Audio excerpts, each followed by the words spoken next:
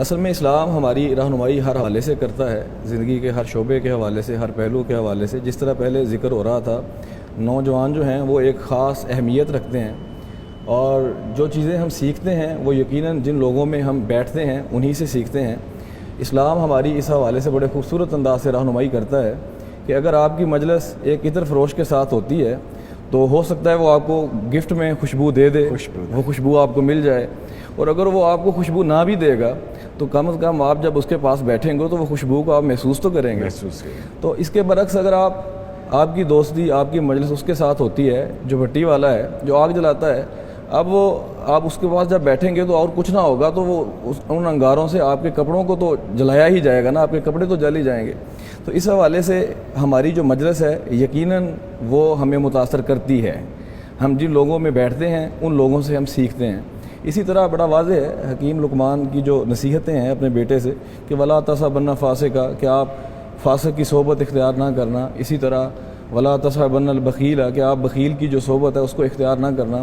تو وہ اسی حوالے سے ہے کہ جب ہم جن لوگوں میں ہم بیٹھتے ہیں تو یقیناً ان عادات کو ہم دیکھتے ہیں، پھر وہ عادات ہمارے اندر بھی داخل ہوتی ہیں. وہ ایک طویل حدیث ہے، ہم سنتے رہتے ہیں اسے اکثر، کہ اللہ رب العزت کے کچھ فرشتے ہیں جو زمین کے حالات کا جائزہ لیتے ہیں، وہ سیر کرتے ہیں، وہ دیکھتے ہیں، اور کبھی وہ اس جگہ پر پہنچتے ہیں جہاں پر لوگ جو ہیں وہ اللہ رب العزت کا ذکر کرتے ہیں، وہ تسبیح و تحمید کرتے ہیں، تحلیل کرتے ہیں، اللہ اکبر، لا الہ الا اللہ، سبحان اللہ، اس طرح کے خوبصورت کلمات کہتے ہیں. طویل حدیث ہے. ہم اپنے موضوع کی طرف آتے ہیں بات کرنے کے لیے. تو ان میں سے اس مجلس میں سے ایک ایسا شخص آتا ہے کہ جس کا تعلق ان لوگوں سے نہیں ہے، صرف مجلس میں بیٹھا ہے. ہماری بات ہو رہی ہے نا کہ یہ مجلس ہم پہ کتنا اثر انداز ہوتی ہے، اور اسلام ہماری کیا رہنمائی کرتا ہے کہ ہماری مجلس کیسی ہونی چاہیے. حالانکہ وہ بندہ ان نیک لوگوں کی، ذکر کرنے والوں کی مجلس میں آتا ہے لیکن وہ ذکر کرتا نہیں ہے، وہ اپنی کسی کام کی غرض سے وہاں پر آیا. اب جب وہ فرشتے اللہ رب العزت کے ہاں دوبارہ واپس جاتے ہیں تو اللہ رب العزت و علیم بذات صدور ہیں، وہ ہر بات کو جانتے ہیں، لیکن پھر بھی اللہ رب العزت اہمیت بیان کرنا چاہ رہے ہیں. آپ اللہ رب العزت پوچھتے ہیں ان فرشتوں سے کہ آپ کہاں سے آئے ہو اور میرے بندے کیا کر رہے تھے. تو وہ بیان کرتے ہیں کہ آپ کے جو بندے ہیں وہ آپ کی تعریف کر رہے ہیں، آپ کی بڑائی بیان کر رہے ہیں، وہ توحید کا نعرہ لگا رہے ہیں، وہ لا الہ الا اللہ کہہ رہے ہیں، پھر وہ جنت کا سوال کر رہے ہیں، جہنم سے پناہ مانگ رہے ہیں، پھر وہ اپنے گناہوں کی معافی مانگ رہے ہیں. تو پھر اللہ رب العزت کہتے ہیں کہ پھر آپ گواہ ہو جاؤ، میں نے ان سب کو معاف کر دیا ہے. میں نے ان ذکر کرنے والوں کو، معافی مانگنے والوں کو، جنت کا سوال کرنے والوں کو میں نے معاف کر دیا ہے. تو اب فرشتے کہتے ہیں کہ ان میں تو ایک وہ بھی بندہ تھا جو ان میں سے ذکر نہیں کر رہا تھا، وہ تو ایسا کوئی سوال نہیں کر رہا تھا، نہ وہ جنت مانگ رہا تھا، نہ وہ جہنم سے پناہ مانگ رہا تھا، اور نہ ہی وہ ذکر کرنے والوں میں سے تھا، نہ ہی وہ معافی مانگنے والوں میں سے تھا.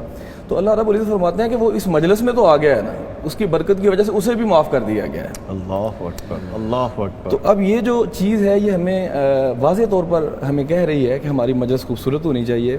اور بالکل اس حوالے سے والدین کو بھی اس بات کا خاص خیال رکھنا چاہیے. جب بچے بڑے ہو رہے ہوں وہ آپ ان کے ہر لیول سے لے کے وہ جس لیول پہ بھی ہوں ان کی مجلس کا خاص خیال رکھنا چاہیے.